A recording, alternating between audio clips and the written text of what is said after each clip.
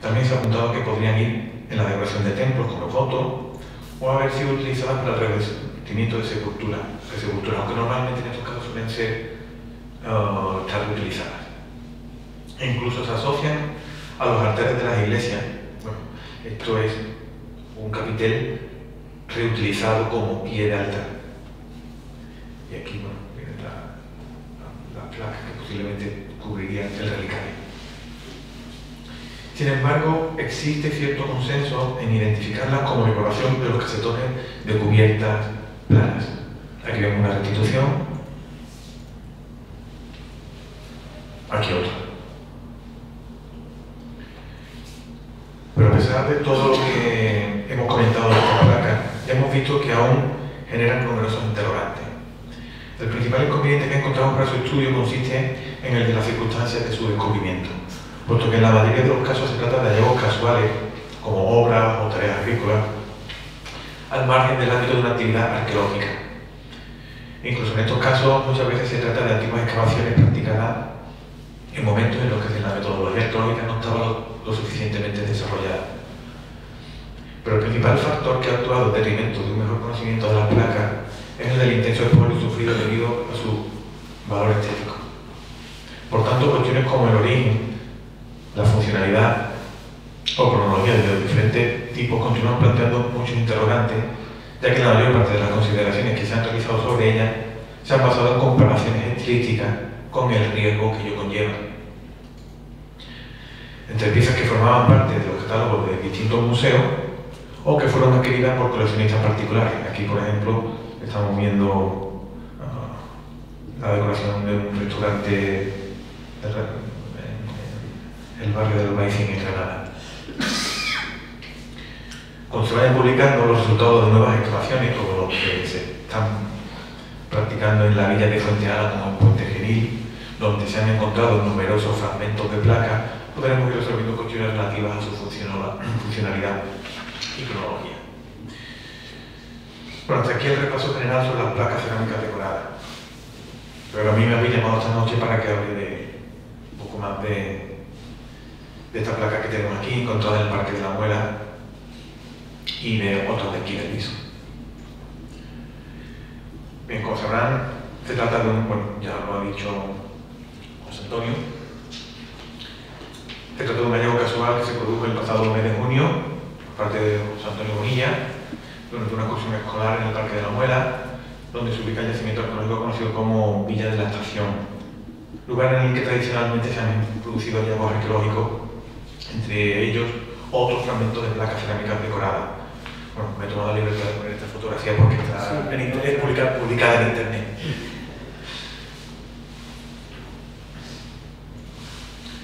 La placa que nos ocupa se conserva en un excelente estado, sin pérdida, aunque se ha deteriorado parcialmente parte de la decoración, posiblemente por desgaste.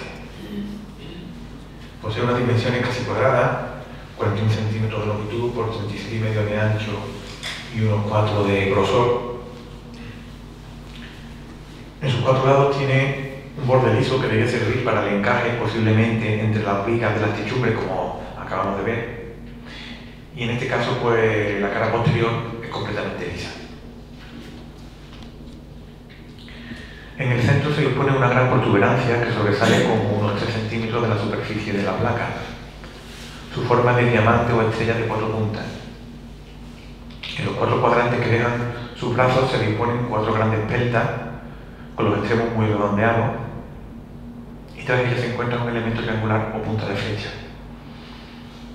El campo decorativo queda enmarcado por una doble línea que contiene una decoración de dientes de sierra o de lobo. Hay un aspecto interesante, y es que el artesano que confeccionó el molde no era precisamente muy virtuoso, puesto que hay detalles de la decoración central que se solapan con la cenefa exterior, tal y como puede apreciarse aquí o aquí. No resulta sencillo encontrar una interpretación simbólica razonable a este tipo de decoración, ya que puede tratarse simplemente de una combinación decorativa a base de elementos vegetales esquematizados y geométricos. Sin embargo, debemos tener en cuenta que durante la Antigüedad y la Edad Media El cuadrado fue considerado como el símbolo de la Tierra por oposición al cielo. Es el símbolo del universo creado. En la antigüedad la Tierra se consideraba cuadrada con 4 puntos cardinales. Pero también hay quien cree que este elemento central hace referencia a la estrella como símbolo del cielo o bien a una cruz como emblema de Cristo. Por tanto, se trata de un elemento polisémico de difícil interpretación por el momento. Bien, como decía al principio de mi intervención, esta no es la única placa hallada en el viso del Alcor. En el Fondo Arqueológico de Ricardo Marsal, que actualmente es custodiado por la Consejería de Turismo, Cultura y Deporte, se conservan algunas otras placas. Para quien no lo conozca, Ricardo Marsal era un coleccionista afincado en Écija que tenía su colección en el Cortijo de Aronoz, de ahí que también se conozca como colección Aronoz, y que terminó donándola a la Consejería. Compuesta por más de 100.000 objetos procedentes principalmente de Andalucía, entre ellos existen, como digo, algunas placas del viso. Hasta no hace mucho, en la página web de la Consejería de Cultura se podía consultar online el catálogo de piezas, pero ahora no he podido volver a localizarlo. Parece que con la última reestructuración de la Consejería de la Junta, pues los enlaces web o algo se han perdido. Por lo que tendremos que conformarnos con ver las fotos y dibujos que se realizaron para una publicación de la década de los años 90. Casi todos ellos poseen el mismo esquema decorativo que esta placa, con ligeras variantes de uno sobre otro. Este primero es del mismo tipo que esta placa. Aquí podemos apreciar también claramente cómo la punta de flecha se encuentra sobre la cenefa denticulada. Esta placa de la diapositiva, esta placa que tenemos puesta, la he encontrado también en alguna colección particular que he tenido ocasión de visitar, aunque en este caso de procedencia desconocida. Habría que cotejar bien los detalles con mejores fotografías, pero parece que puedan incluso proceder del mismo molde. ¿Qué se parece del molde? No, esto es el molde, esto es otra copia. ¿Está inversa?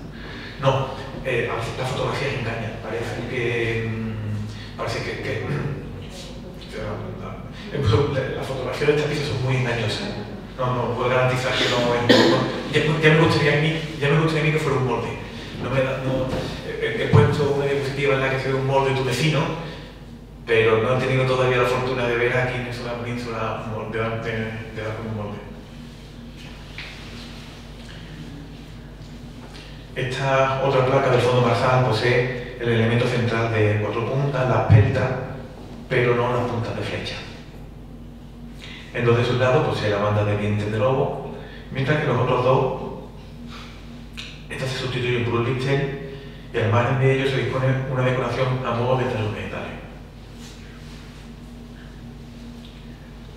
La última variante posee la particularidad de que en el lugar donde iban las puntas de flecha se disponen ahora unas cráteras de boca triangular, cuello estrecho, panza, pie triangular y 2 asas rectas. Resulta muy interesante la presencia de las cráteras, puesto que hasta ahora no hemos visto en las placas bisueñas ninguna vinculación directa con el cristianismo. Lo que no quiere decir, como ya hemos diciendo, que esas placas no pudieran decorar ambientes cristianos. Con la crátera ya sí. La presencia de una crátera en numerosas diversas representaciones artísticas desde tiempos paganos, en muchas ocasiones en monumentos funerarios, adquiriendo en el mundo visigodo el sentido de recipiente de agua bautismal. Su representación iconográfica es muy habitual tanto en la pintura como en mosaicos de los primeros edificios cristianos, siendo frecuente desde mediados del siglo IV, como el mausoleo de Santa Constancia en Roma o el mausoleo de Gala Placidia en Rávena. Si atendemos a la Sagrada Escritura y en concreto al pasaje del Evangelio de Juan que dice: el que tenga sed, venga a mí y bebe el agua, de su seno manarán ríos de agua viva. Así, la crátera representaría el líquido purificador de la bienaventuranza eterna, por lo que sería un símbolo vivificador. En algunas placas incluso las encontramos como elemento decorativo central. Vuelvo a recordar algunos ejemplares réticos de cráteras que ya hemos visto anteriormente. Se conocen asimismo otras variantes del tipo de la placa con estrella de 4 puntas y pelta en el resto de la Bética, como estas que estamos mostrando, que se conservan en el Museo Arqueológico de Sevilla. Algunas de ellas proceden de Analcázar, otras de Morón de la Frontera, pero la mayoría de ellas se desconoce la procedencia, por lo que no habría que descartar que también algunas de ellas provinieran del Viso. Algunas son prácticamente idénticas a estas de aquí, ¿no? Otras son variantes que tienen, por ejemplo, de pelta un delfín, no se ve bien en esta fotografía, pues lo digo, es un delfín. Aquí también hay unas cráteras, ¿no? O en la provincia de Huelva, también. Esta es diferente, pero se repite el mismo esquema. La estrella de 4 brazos central, con las peltas, los dientes de lobo.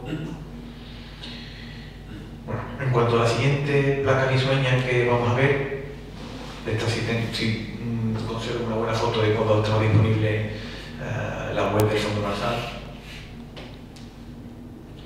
Ya no hay duda de su inscripción cristiana, tanto por su iconografía como por el contenido de la inscripción que lo acompaña, como una alusión a un cargo eclesiástico como es un obispo. Es una placa que se conserva completa, aunque sin parte de su decoración. Según Raquel Castelo, por desgaste,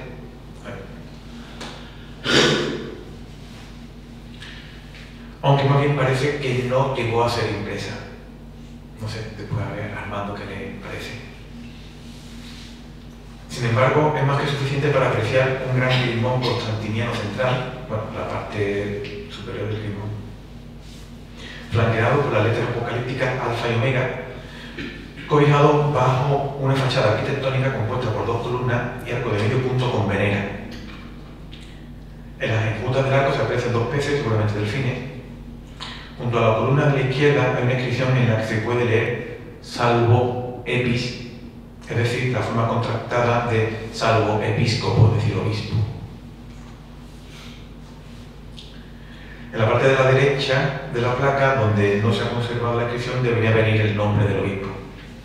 No es muy difícil sospechar que pueda tratarse de un obispo llamado Marciano, en cuyo caso la inscripción podría traducirse como estando a salvo en Cristo, el obispo Marciano. Como vemos, la placa es igual que la del Viso, con una singular diferencia, puesto que es el único ejemplar, me refiero al del Viso, en el que se documenta esta variación. Es decir, la letra omega, que siempre aparece en minúscula, en este caso se dispone en mayúscula.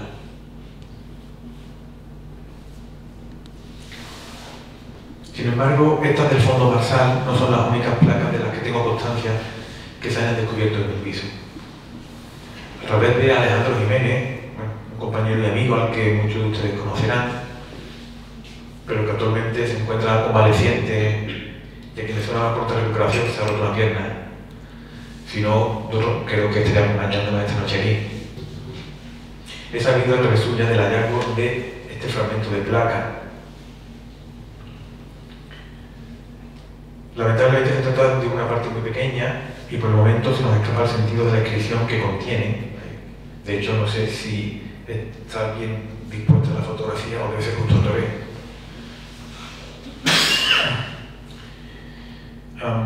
Pues no he visto la pieza original, solo esta fotografía, y bueno, en cuanto al edificio que contiene, pues no se puede apreciar así si está hecho antes o después de la cocción. Pero en cualquier caso es un elemento, aunque no es lo más habitual, tampoco es extraño encontrar estos orificios para la sujeción de la placa, ¿no? Aquí en esta otra pues vemos un ejemplo, ¿no? Finalmente voy a señalar un último hallazgo. No se trata en este caso de una placa, sino de otro elemento arquitectónico cerámico, como un ladrillo. En la antigüedad tardía se documenta el ladrillo con inscripciones en sus cantos, como es el caso del que vemos en la diapositiva de aquí del Viso del Arco. Está muy fragmentado como para conocer el sentido de su inscripción. Normalmente indican el nombre del taller en el que se produjeron. Por ejemplo, esta de Portugal, donde pone ex Oficina Vinquinti, decir, del taller de Viking. En algunos casos, como los de San Vicente de Córdoba, se ha comprobado que cuando se acompaña de un crismón van destinados a una construcción promovida por un obispo. En otras ocasiones también se incluyen bendiciones o aclamaciones o invocaciones a personas acompañadas o no de un crismón. Por tanto, puede decirse que al menos con algunas de estas placas nos encontramos ante las primeras evidencias materiales del cristianismo en el viso del alcohol. No podríamos atribuir con claridad, en el estado de nuestros conocimientos actuales, una utilidad concreta, pero debieron formar parte de la descripción de algún espacio en el que se practicaba el culto cristiano, aunque por el momento se nos escapa su carácter. Una villa con una especie de culto, una basílica, un monasterio. Sería interesante descubrir algunos elementos de carácter litúrgico y que pudieran practicarse excavaciones arqueológicas en el interesante yacimiento de la Villa de la Estación, donde aún queda mucho por descubrir. Muchas gracias.